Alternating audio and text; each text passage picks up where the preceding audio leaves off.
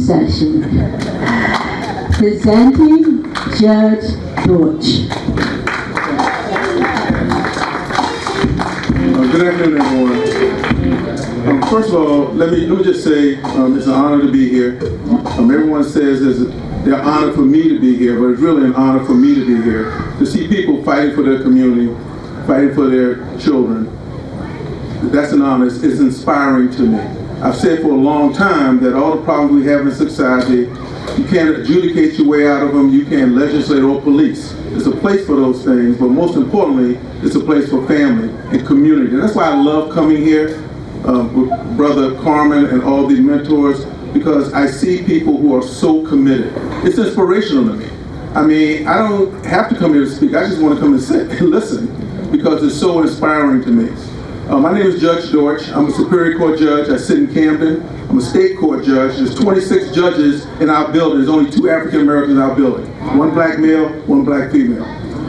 I have done every area of law in my 20 years of being on the bench. I've done criminal, I've done civil, and now I'm doing family, and primarily I do juvenile. Now I do other areas, but I chose to stay in juvenile because I thought that was an area where I could make a difference. For me, every day in the court, I will tell you, is very difficult because probably 80–85% of the people coming to that court are kids of color. Very, very difficult. Most of the time, no man comes in for these boys.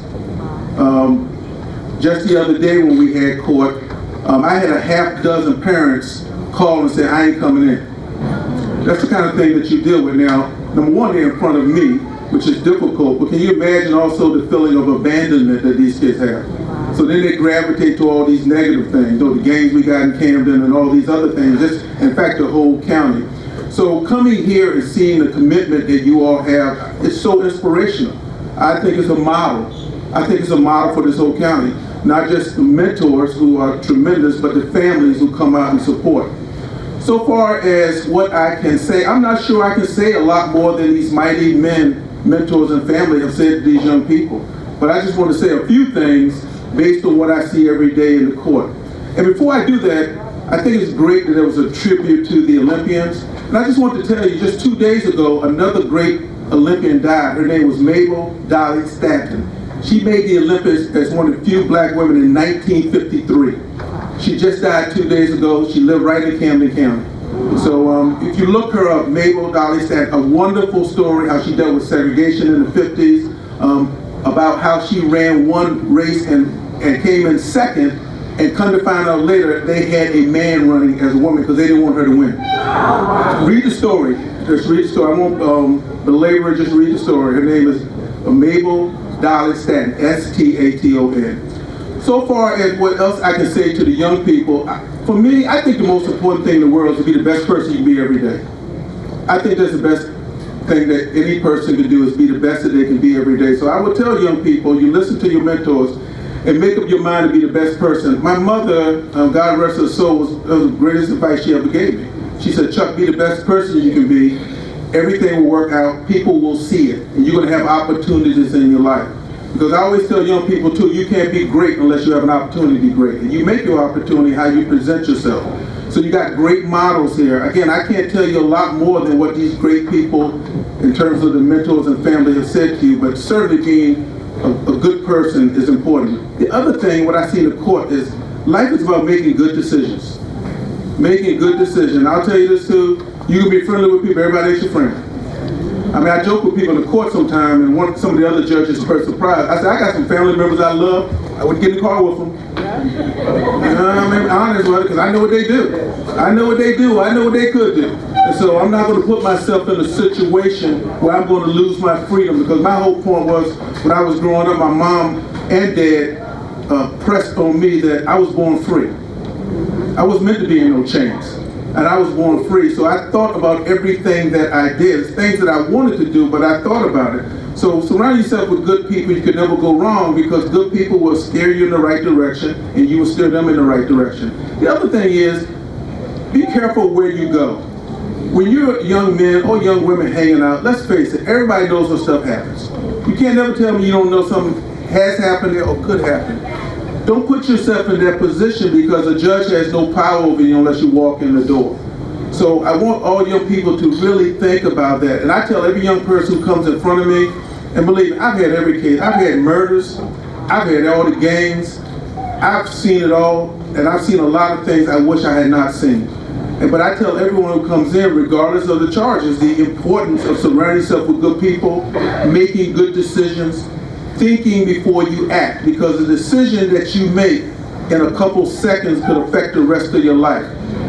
And also, too, another thing, too, my mom and dad told me so many things. When you're young, you don't really focus on it like you should. Now I've gotten older, I found out that everything they told me was right. My dad told me when I was younger once, he said, my dad never told me anything wrong. And I'm like saying, well, yeah, sure, Dad. But anything of substance, my dad never told me anything that was wrong. And that's why I constantly will try to relay that to young people who come in front of me in the best way that I can. Because again, you want to conduct yourself in a way so that you can be the very best of what you're intended to be. And that's what I'm trying to get across to young people all the time. That's why if you saw me in the court, I'm different in court. I might get off the bench and talk to a kid. I might sit in the back and talk to a kid. Sometimes I might confront them, but I'm never going to be disrespectful or condescending. But my role is, I want you to know who you are. I want you to know who you are, because if you know who you are, you're going to do good things, and you're not going to hurt people, and you're going to feel better about yourself. So every time a young person comes in front of me, whether it be a young man or woman, at the end of the case, I'm always going to say this. I said, you got to believe you're a king or a queen. And I say, when I say king or queen, I don't mean money, I don't mean power, riches, big car, and all that. Those things are nice. I like nice things. You should have nice things. You work for it, you should have it. But don't put the nice things ahead of your character. Your character. We saw the quote by Martin Luther King. And one of the kids asked me one day in court, and he was very inquisitive. He asked me, where did you come up with this word being a king?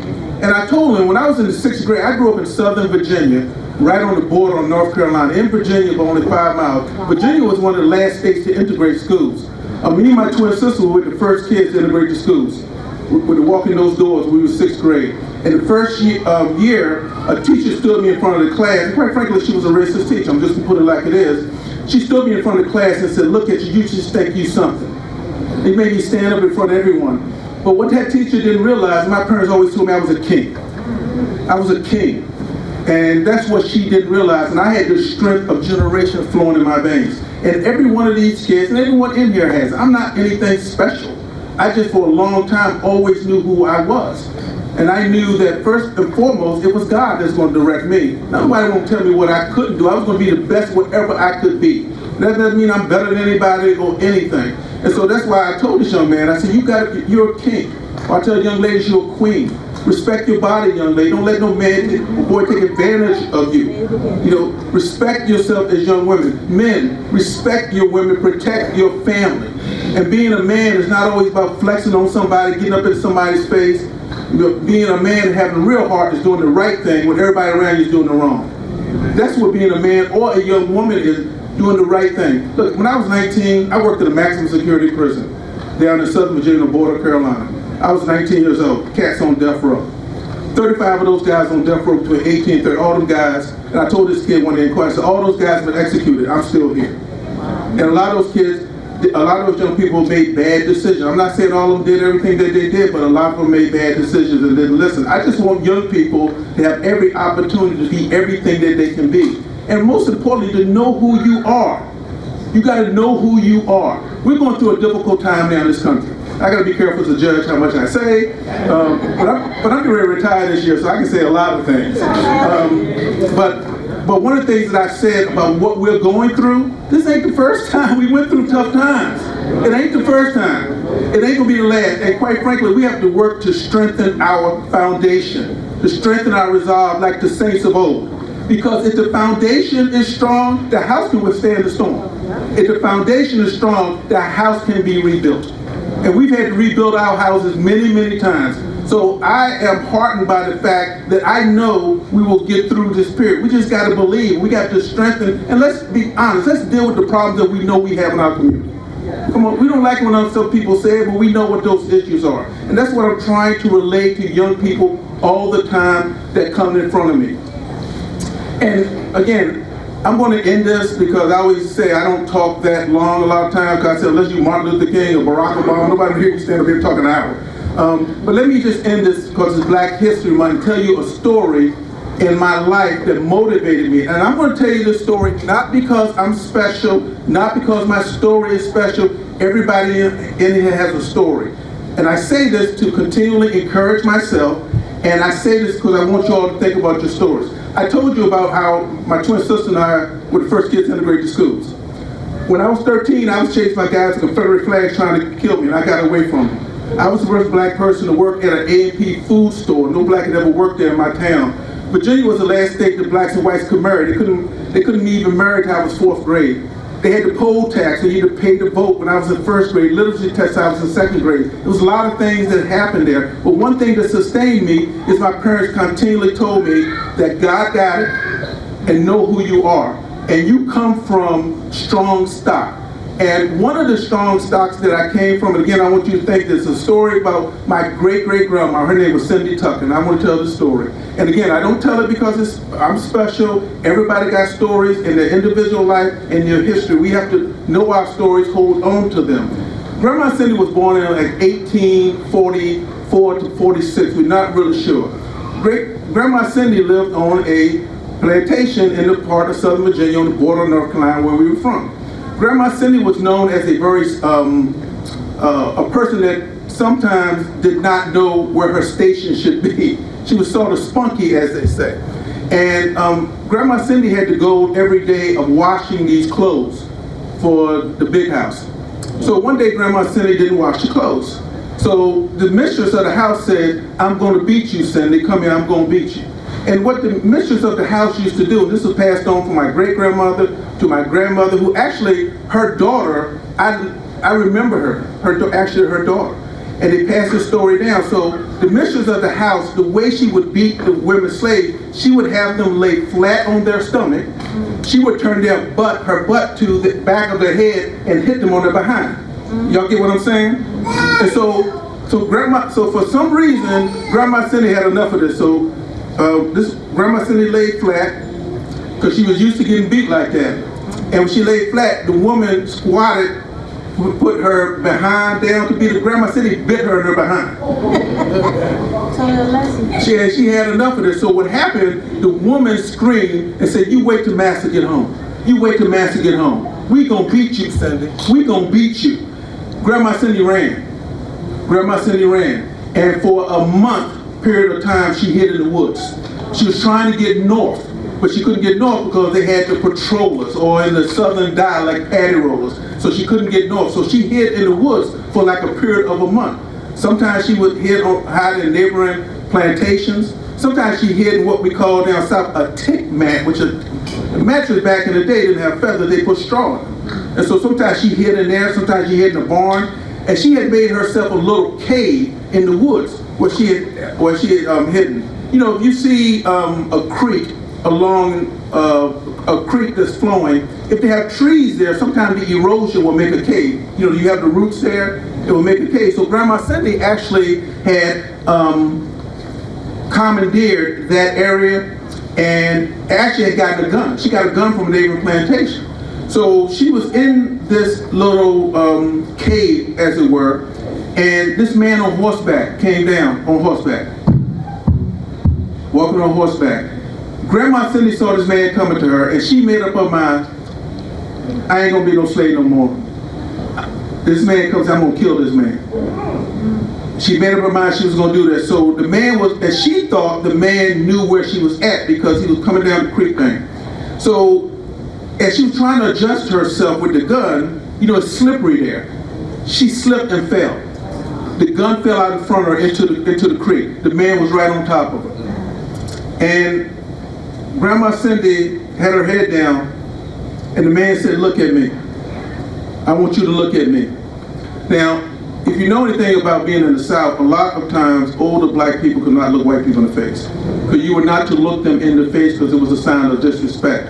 And if you did look them in the face, you were going to be beaten because they wanted you to know from where the power came.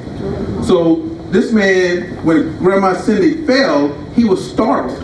And he had a gun. He pulled out his gun. So she stood up and he said, look at me. Look at me. So she thought that was going to be the last time that she ever saw this earth. And he says, I want you to look at me. Look at me. So she stood up real slow. And she stood up.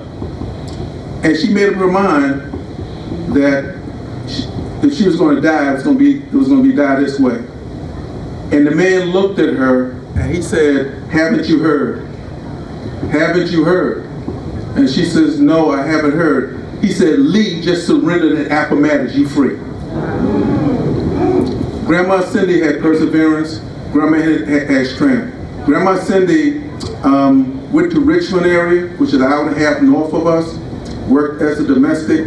Grandma Cindy saved money and came back and bought land adjacent to where we were slaves at. That land is in our family today.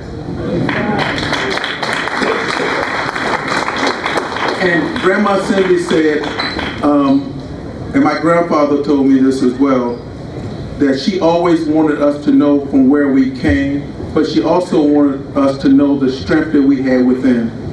We're all survivors. Everyone in here, and I want these young people particularly to understand this. You have the strength of generations. You and all of us, we are the hope they talked about. We're the dreams they had and the faith they followed. And we have an obligation. We have an obligation to continue in their spirit, consistent with God's blessing. So young people, don't never let nobody tell you what you can't be. Don't let tell nobody what you can't do. You know, your book and your chapters are just starting. You know, I laughed with somebody the other day, I'm getting ready to retire, and I said, I'm writing the last chapter in my book. But I told young people, I said, you still have a chance to write your book. But write that book with faith. Write that book with pride. Write that book with strength. Write that book with respect, because the problems that we have are going to be addressed not just through courts or police or legislation. It's going to be addressed through people and the strength. And again, the things we're going through now, this ain't the first, this won't be the last. But I just want young people just to know who you are. So as a judge, yeah, it's tough. I got to make tough decisions. I got to make tough decisions. And people shouldn't have to live in fear. People shouldn't be preyed on. But I also want young people to know that any decision that I make, that's going to pass. It's going to pass. But your life will be here forever in terms of the difference that you can make in the community. That's why I always end, with every case I have, I'll always end, I want you to believe in yourself. I want you to be the king or queen that you can be. Again, I am so honored that I'm invited here. So sometimes you all have events, you might see me sitting here even when I'm not invited, because I'm so inspired by Virgil Carmen, all the mentors and everything that you all do. I am just so inspired, and it brings me to mind of the saints of old. You all are walking in the spirit of the saints of old. They're looking down and proud, and we shall overcome. Thank you.